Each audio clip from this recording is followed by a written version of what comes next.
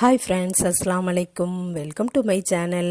இன்றைக்கி நம்ம சேனலில் பார்க்க போகிறது மத்தி மீன் குழம்பு எப்படி பண்ணலான்னு பார்க்கலாம் வாங்க. மண் சட்டி அடுப்பில் வச்சு நல்லெண்ணெய் ஊற்றிருக்கேன். அதில் கடுகும் வெந்தயமும் போட்டு தாளிச்சிடலாம். இந்த மண்சட்டி மீன் குழம்பு ரொம்பவே டேஸ்ட்டாக இருக்கும், நல்ல காரசாரமாக இருக்கும். நீங்களும் ட்ரை பண்ணி பாருங்கள்.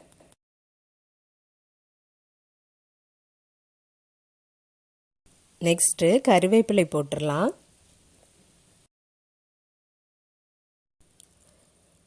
பூண்டு கட் பண்ணி வச்சுருக்கேன், அதையும் சேர்த்துடலாம். இது நம்ம எண்ணெயில் போடும்போது நல்ல ஒரு ஃப்ளேவரை தரும். எப்பவும் ஒரே மாதிரியே கறி வைக்கிறத விடவும் கொஞ்சம் டிஃப்ரெண்ட்டாக வச்சா அந்த கறியுமே நல்ல ஒரு டேஸ்ட்டாக இருக்கும். எண்ணெயில் வதக்க அந்த பூண்டோட ஃப்ளேவர் அந்த ஆயிலில் இறங்கிரும்.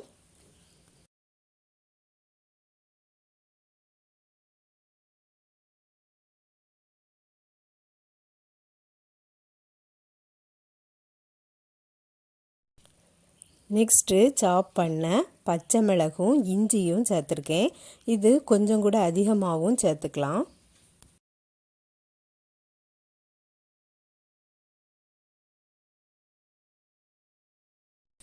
கட் பண்ணி வச்ச சின்ன வெங்காயத்தையும் சேர்த்துடலாம்.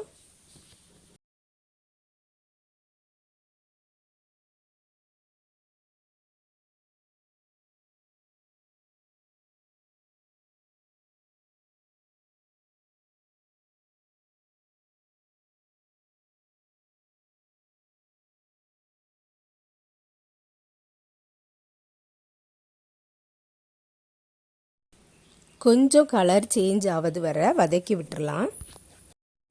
2 டேபிள் ஸ்பூன் மீன் மசாலா தூளும் வத்தல் தூளும் கொஞ்சம் ஆட் பண்ணிக்கலாம். மீன் மசாலா தூள் நல்ல காரமாக இருந்தால் அது மட்டுமே போதும். காரம் குறைவாக இருந்துன்னா நம்ம வத்தல் தூளும் கொஞ்சம் சேர்த்துக்கிடணும். இதுக்கு மஞ்சத்தூள் சேர்க்க வேண்டாம். இது நல்ல ஒரு ரெட் கலரில் தான் வரணும். ஆயில்லையே கொஞ்சம் நல்லா வதக்கி விட்டுக்கலாம்.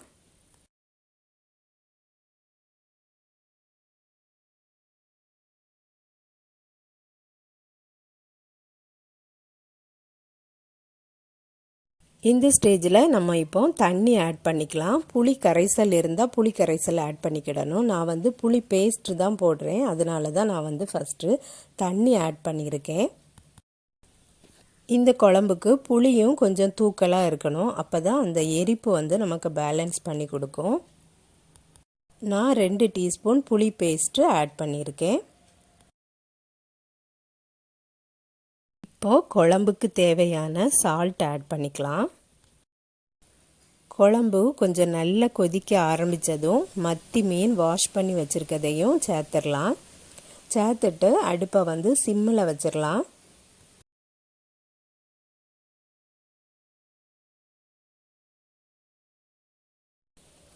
இப்போது 2 தக்காளியை நான் மிக்ஸி ஜாரில் போட்டு ஜூஸ் அடித்து வச்சுருக்கேன். அதையும் இதில் சேர்த்துட்டு நல்லா கொதிக்க விட்டுறலாம்.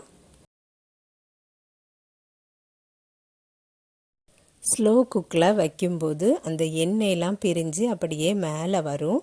அந்த ஸ்டேஜில் நம்ம லாஸ்ட்டு ஆஃப் பண்ணிக்கலாம். வடித்த சூடு சாதத்து கூட சாப்பிடும்போது அவ்வளோ டேஸ்ட்டாக இருக்கும். நீங்களும் இதே போலே ட்ரை பண்ணி பாருங்கள் ஃப்ரெண்ட்ஸ்.